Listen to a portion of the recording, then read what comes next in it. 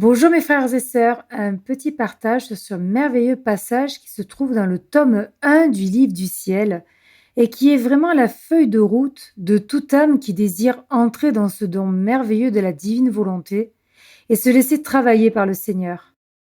Louisa commence à perdre connaissance, son état habituel, et traverse des moments difficiles avec sa famille.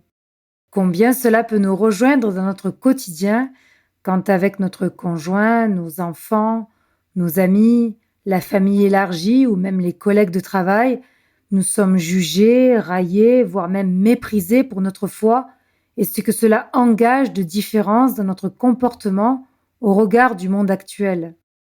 Méditez souvent ce passage que je vais vous lire, qui se trouve dans le tome 1 du livre du ciel.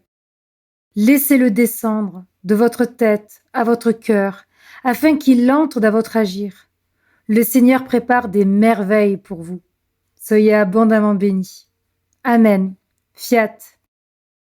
Tome 1 du livre du ciel, dans la version du Père Dominique Duthède, ça se trouve à la page 79-80.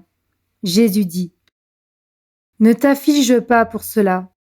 Ce que je veux de toi, c'est que tu t'abandonnes comme une morte dans mes bras. Tant que tes yeux sont ouverts pour voir ce que je fais et ce que les créatures font et disent, je ne peux pas travailler librement sur toi. Ne veux-tu pas avoir confiance en moi? Ne sais-tu pas combien je t'aime et que tout ce que je permets, ou par le moyen des créatures, ou de la part des démons, ou directement par moi, c'est pour ton véritable bien et ne sert à rien d'autre qu'à conduire ton âme vers cet état pour lequel je t'ai choisi?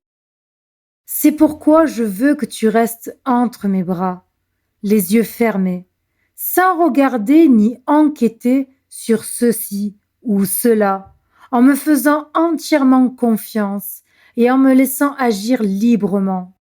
En revanche, si tu veux faire le contraire, tu perdras ton temps et tu arriveras à l'opposé de ce que je veux faire de toi. En ce qui concerne les créatures, use d'un profond silence. Sois bienveillante et docile avec tous.